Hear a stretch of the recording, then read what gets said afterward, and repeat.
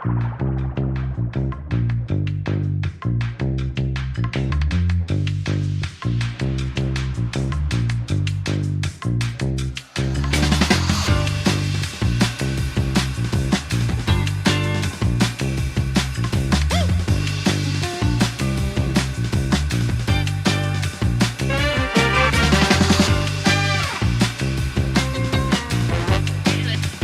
datang di acara Indonesia Women in Finance. Keynote pertama, Melissa ya?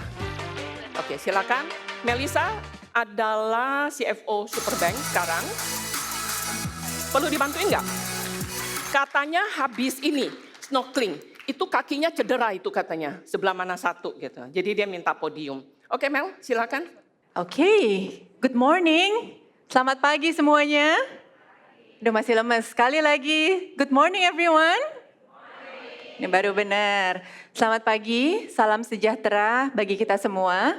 Welcome to Indonesia Women in Finance Conference 2026. It's very incredibly wonderful to see everyone. You know what? Saturday morning. And we are gathering here. How wonderful it is. So I'm very energized when I wake up this morning. Kayak nggak pengen tidur kemarin sebenarnya ya, waiting for all the high energy today. Nah, saya ada beberapa slide karena ditugaskan oleh Hani. Saya pengen tanya, ada yang tahu nggak ini foto apa yang kita jadikan Ghibli style? Pengen ikutin tren Gen Z juga ya, Ghibli style. Ada yang tahu? Tebak, komite masa nggak tahu? Coba lihat ada dirinya di situ atau enggak. Ini adalah foto kita semua, perempuan-perempuan di Indonesia Women in Finance tahun lalu, 2025. Ini kayaknya pada nunjuk-nunjuk mana ya, saya mana ya. Kelihatannya lebih kurus atau lebih enggak gitu ya. Mudah-mudahan kelihatannya still very high energy. Jadi people say time flies when we are having fun. And it's indeed true ya. Pertama-tama I want to say a big, massive thank you untuk para pembicara. Luar biasa, saya udah berbicara di luar, inspirasinya sangat besar. Yang bersedia untuk membagikan insight yang sangat berharga. Bu Dayu Daira Permata, Bu Lani Wong, Bu Yesi Yosetia, Bu Elin Wati, Bu Susana Anggraini. Juga apresiasi untuk segenap komite Indonesia Women in Finance yang mungkin tadi sudah dipanggil oleh Hani, juga board member of CFA Society Indonesia, dan tidak lupa, mana Pak Rahmat dan Bu Dewi yang juga Hani, sebagai MC kami untuk terima kasih atas dedikasinya yang luar biasa. Dan tidak lupa para volunteer yang bekerja keras di belakang layar. Dan of course, all of you, each one of you are amazing attendees. Kehadiran dan energi kalian semua di sini membuat ruangan ini terasa begitu hidup hari ini. Without you, this event wouldn't be possible, really wouldn't be possible. So ladies and gentlemen, tahun ini tema besar kita benar-benar menyentuh esensi yang sangat krusial, empowering women in entrepreneurship. Mungkin ada yang bertanya, why women in entrepreneurship? Why that topic? Why now? Let me give you the hard facts, karena di sini banyak orang-orang yang dari finance ya, yang sangat-sangat number oriented. Let me give you the hard facts. Jadi kalau kita bedah data secara nasional maupun secara global, kontribusi perempuan dalam dunia usaha itu bukan lagi sebagai pelengkap atau pemanis statistik, bukan. Di Indonesia, UMKM adalah tulang punggung ekonomi yang menyumbang 61% dari GDP negara. Ini ada statistiknya. Dan tebak siapa motor penggerak utamanya? Siapa lagi kalau bukan perempuan? Karena data menunjukkan bahwa 64,5% dari total UMKM di Indonesia itu dimiliki atau dikelola oleh perempuan. 64,5%. Dan angka ini bahkan kalau kita bandingkan dengan global, rata-rata global, di mana secara internasional hanya 1 dari 3 bisnis, 33,333%, yang dipimpin oleh perempuan. Ya, versus di Indonesia 64,5% di Indonesia. How wonderful it is, ya. Tapi tentu saja we didn't get here overnight as a Indonesia Women in Finance. Seperti yang Hani tadi sudah sampaikan, konferensi hari ini adalah bagian dari sebuah trilogi berkelanjutan yang kita bangun step by step untuk mengawal pertumbuhan perempuan. Jadi kalau teman-teman mengikuti perjalanan kita, 2024 kita punya conference yang berjudul Women in Technology. 2025 kita lanjutkan dengan Women in Leadership. Yang tadi foto Ghibli style itu ya. Dan sekarang kita lengkapi dengan berfokus pada Women in Entrepreneurship. Because the goal is clear. Kita ingin menciptakan sebuah ekosistem yang utuh di mana perempuan di sektor finansial and beyond tidak hanya mahir mengelola bisnis atau angka, tapi juga berani memimpin inovasi, building our own ventures seperti topik kita hari ini, tapi dengan mindset yang tepat dan keahlian yang mumpuni. Now, when it comes to building a business, kita semua pasti butuh suatu kompas yang strategis. Jadi di kesempatan pagi hari yang indah ini, saya ingin memperkenalkan sebuah konsep, ini konsep yang saya bangun sendiri untuk conference ini, which is HOPE framework. H for humility, O for optimism, P for perseverance, and E for experimentation. Humility, kerendahan hati. H. Kenapa? Karena entrepreneurship basically requires us to drop the title. Title kita mau setinggi apapun, we have to drop it when it comes to entrepreneurship. Karena begitu masuk ke dunia bisnis, kita harus berani menanggalkan jabatan kita, jabatan lama kita, dan menjadi student, menjadi murid yang belajar langsung dari our customer. Kita harus mau mendengar, mau belajar, mau beradaptasi dengan kebutuhan dari customer kita. Karena pemimpin yang sejati adalah mereka yang paling efektif menyelesaikan real pain points dari customer. O for optimism, optimisme ya. Sebagai finance professional and of course beyond, karena saya tahu banyak sekali dari teman-teman sekalian berada di bisnis yang di luar finance juga. Jadi baik finance or beyond, otak kita tuh udah terlatih secara otomatis untuk mencari resiko, apalagi perempuan ya. Resikonya apa? Downside-nya apa? Tapi sebagai entrepreneur, kita ditantang untuk scrap that mindset, merubah mindset itu. Kita harus pakai data untuk bisa melihat the other side of the coin, the upside atau opportunity. We must be bold dreamers, pemimpin yang punya keyakinan strategis untuk melihat jalan keluar di saat orang lain cuma bisa melihat tembok penghalang. P, perseverance atau ketekunan. Membangun bisnis itu is never a smooth ride.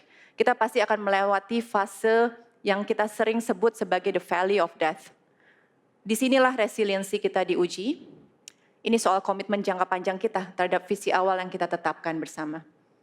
E for experimentation, kita jangan menunggu sampai ada kepastian 100% or even 99.9% baru melangkah. In venture building, speed is our asset. Agility is our asset. Karena kecepatan itu jauh lebih penting daripada sekedar mengejar perfection atau kesempurnaan di atas kertas. We have to build and launch our MVP, minimum viable product, today. Lakukan iterasi, belajar, dan lakukan terus perbaikan. Meluncurkan sesuatu hari ini, daripada menanti kesempurnaan yang mungkin nggak pernah akan datang, akan jauh lebih baik. Hadirin sekalian, there's a famous saying that we all know, it takes a village to raise a child. Dan kalau kita pikir-pikir, saya pikir-pikir, konsep ini sangat relevan dengan apa yang kita lakukan hari ini. Building a venture, building a business, takes a village. Sukses di dunia wirausaha is never a solo journey. Nggak ada yang bisa sukses sendirian. So by sharing our resources, our network, wisdom, experience, kita sedang memperkuat jalan bagi semua perempuan di industri finansial or beyond untuk memimpin gelombang inovasi ini. Sebagai penutup, biar nggak terlalu serius, karena masih pagi, saya pinjam foto anak saya yang lagi snorkeling, di depannya ada gambar Nemo. Ada gambar ikan tuh yang kecil ya, yang warna orange, itu Nemo. Jadi kalau punya anak, pasti tahu Finding Nemo ya. Kenapa saya pinjam foto dari anak saya yang perempuan ini? Karena saya ingat, di dunia wirausaha ketika tantangan datang, yang pasti niscaya akan datang, dan ombak bisnis terasa begitu besar, just remember one thing.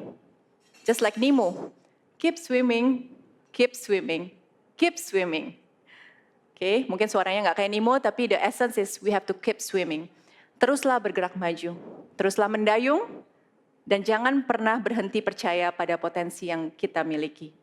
Now, let's start this wonderful journey of entrepreneurship with a heart full of hope, humility, optimism, perseverance, experimentation. With that, thank you everyone and have a wonderful conference.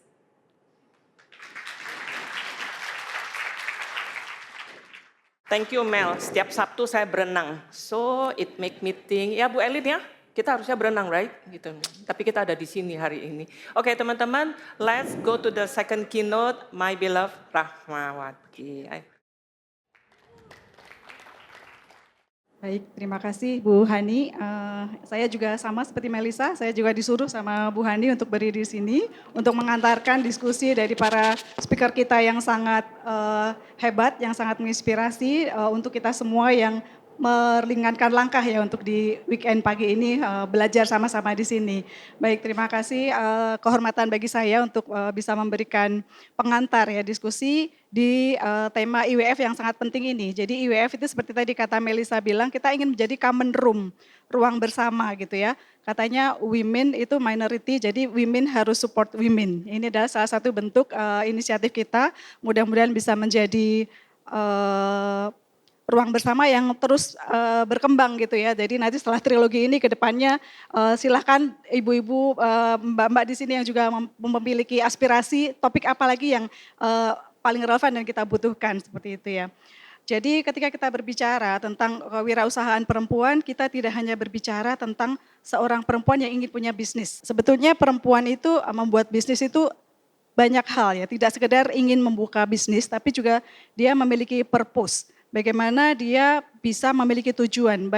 Banyak juga perempuan-perempuan ya seperti kita lihat Ibu Marta Tilar, Ibu Nur Hayati Subarkat yang mulai bisnis dari garasinya itu benar-benar punya misi, punya purpose. Bagaimana Indonesia, perempuan Indonesia punya definisi kecantikannya sendiri, dari bahan-bahan sendiri. Jadi non necessarily hanya ingin punya bisnis tapi juga ingin punya purpose. Kemudian juga perempuan itu juga memiliki inovasi. Seringkali perempuan ketika membangun bisnis perspektifnya seringkali berbeda sehingga kita sering mendengar ya gender diversity. Diversity itu memang menciptakan inovasi, jadi banyak perspektif-perspektif perempuan yang memang unik gitu dan itu menjadi poin inovasi tersendiri dibanding dengan hanya laki-laki. Seperti itu. Kemudian yang ketiga adalah impact.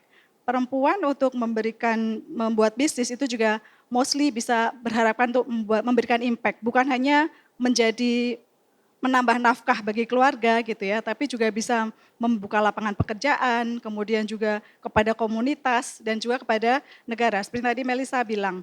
Jadi tadi kemarin malam saya membaca laporan dari World Economic Forum gitu ya.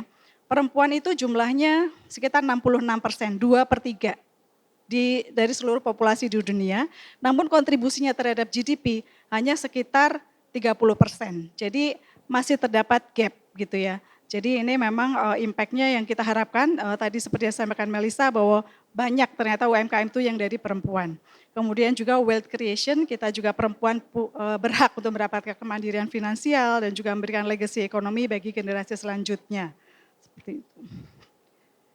Ya, perempuan juga memiliki beberapa keunikan, kelebihan dan juga challenges ya. Tentunya ini selalu ada dua sisi mata uang gitu ya. Dari sisi keunikan perempuan sendiri, cenderung perempuan itu secara traits mereka lebih risk awareness gitu. Walaupun ini sesuatu yang tricky ya, kadang-kadang katanya bisnis harus risk taker. Tapi ketika tadi Melisa juga sampaikan ada calculated optimism, itu risk awareness itu perempuan lebih punya sense di sana. Karena mungkin dari DNA-nya perempuan itu biasa menjadi manajemen keuangan di rumah tangga sehingga dia bisa membuat balance gitu ya. Kemudian juga di sisi governance, integrity itu perempuan juga lebih secara traits lebih unggul dibandingkan laki-laki yang biasanya cenderung lebih adrenalin dan risk taker seterusnya ya. Dan resilience juga sama karena kita juga terus terbiasa menghadapi situasi-situasi tugas-tugas yang kompleks, multitasking dan penuh dengan dinamika, resiliensinya juga menjadi suatu traits yang menjadi keunggulan perempuan. Namun dari sisi lainnya challenge-nya juga cukup banyak, akses pendanaan juga terbatas. Bu Lani mungkin nanti akan elaborate ya. Saya juga baca bahwa ternyata perempuan yang berbisnis itu agak dipandang sebelah mata. Jadi untuk mendapatkan pendanaan mereka dianggap risikonya lebih tinggi gitu ya, sehingga mereka harus dapat cost of money lebih tinggi. Kalau misalnya ada kolateral juga kolateralnya harus lebih tinggi dan seterusnya. Itu merupakan salah satu fenomena yang tidak hanya di Indonesia tapi juga secara global. Kemudian sesi networking juga cenderung terbatas ya dibanding laki-laki. Kemudian confidence. Nah ini kita memang perempuan di bidang mana aja selalu ada sindrom imposter ya, yang merupakan glass ceiling. Itu juga kita harus sesuatu yang harus kita lawan. Kita harus confidence-nya itu kalau laki-laki satu mungkin kita harus tiga gitu ya untuk bisa melangkah yang sama. Kita tidak punya the same level of playing field. Kemudian juga work life integration ini juga suatu challenge tersendiri karena masih banyak yang memiliki harapan bahwa perempuan itu sebenarnya domestik urusan perempuan. Jadi ketika perempuan keluar dari rumah untuk bekerja atau berbisnis dia juga harus double tugas padahal sebetulnya sama ya, saya pernah quote Najwa Shihab gitu ya. Apa sih sebetulnya kodrat perempuan gitu ya. Kodrat perempuan kalau kata Najwa Shihab itu hanya 3. Yang pertama hamil, yang kemudian melahirkan, yang kemudian menyusui. Karena laki-laki tidak bisa, jadi bukan masak atau ngurus anak itu semua kodrat bersama gitu ya. Jadi ini memang menjadi suatu hal yang perlu terus kita perjuangkan gitu ya. Nah ini saya mengutip laporan World Economic Forum. Jadi kalau Bapak Ibu ada Bapak-bapak juga ya, terima kasih di sini hadir. Kesetaraan gender ini adalah tujuan pembangunan berkelanjutan nomor 5. Jadi dari World Economic Forum juga kemarin melakukan riset. Ini riset 175.000 orang di 49 negara termasuk Indonesia. Mereka memang mengencourage bahwa perempuan harus mulai set up their own business untuk bisa meningkatkan perkembangan ekonomi global. Dan itu tadi challenge-nya itu memang valid seperti yang disampaikan seperti tadi, banyak sekali obstacles-nya. Nah ini adalah beberapa temuan yang menarik ya bahwa ternyata perempuan berbisnis itu lebih banyak ditemukan di negara yang low income country karena alasannya job scarcity. Jadi tidak membuat bisnis bukan karena ingin tadi 4 yang positif, yang proaktif, tapi lebih karena reaktif, nggak dapat kerjaan jadi bisnis sendiri. Dan ini sesuatu yang mungkin kurang bagus ya. Kemudian juga tadi seperti yang Melissa sampaikan ada fenomena bahwa entrepreneurship perempuan itu high growth-nya makin meningkat gitu ya, dan perempuan muda gitu. Dan tadi juga solopreneurs ini banyak di perempuan yang tadi mungkin kaitannya dengan network yang kurang gitu. Dan ini sesuatu yang negatif sebetulnya karena seperti yang disampaikan it takes a village to raise entrepreneur gitu ya. Ini kurang support system, kurang networking, saya kurang berkembang. Dan sad story-nya adalah lebih banyak yang keluar dari bisnis daripada yang masuk. Jadi failure story-nya lebih banyak gitu ya. Dan yang terakhir ini tadi sudah disampaikan juga job scarcity-nya. Kemudian ini dari OECD. OECD teman-teman saat ini OECD sedang mengakses Indonesia ya. Indonesia saat ini sedang menjadi negara asesi untuk masuk ke dalam negara OECD. Dan mereka juga mengakui bahwa kalau lower rate of women entrepreneurship itu missed opportunity. Bahkan di Inggris tahun 2017 kalau saya tidak salah disampaikan kalau perempuannya berbisnis lebih banyak, GDP growth-nya bisa naik 12% lebih tinggi. Dan ini miss opportunity gitu ya. Dan memang access to finance-nya masih menjadi barrier. Saya akan speed up, Hani udah ribut tuh di belakang. Nah ini memang ternyata negara harus hadir Bapak Ibu ya. Tidak bisa kita sebagai perempuan, individu itu berdiri sendiri. Ternyata memang butuh sekali support system, tidak hanya support system yang informal, tapi juga support system dari negara karena memang ketertinggalan kita itu terhadap laki-laki udah ratusan tahun gitu ya. Sehingga memang harus ada political will. Dan ini beberapa poin yang disarankan oleh publikasi OECD tersebut untuk bisa close the gaps itu. Terutama juga di sini juga disarankan untuk kolaborasi dengan private sector juga gitu ya.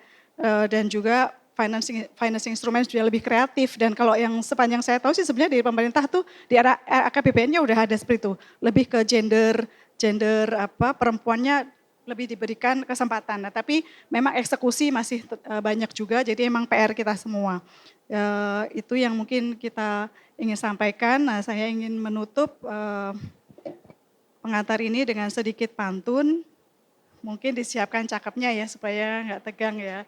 Bunga melati harum mewangi, cakep, tumbuh indah di tepi taman.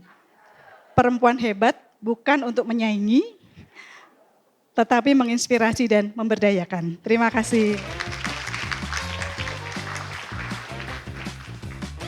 The only thing that's wrong is standing because you're fearful. So whether you leave or you stay or you return, just keep moving. Artinya pada saat UMKM mereka mengadopsi teknologi, maka produktivitas sangat tinggi. When you with your kids, be there.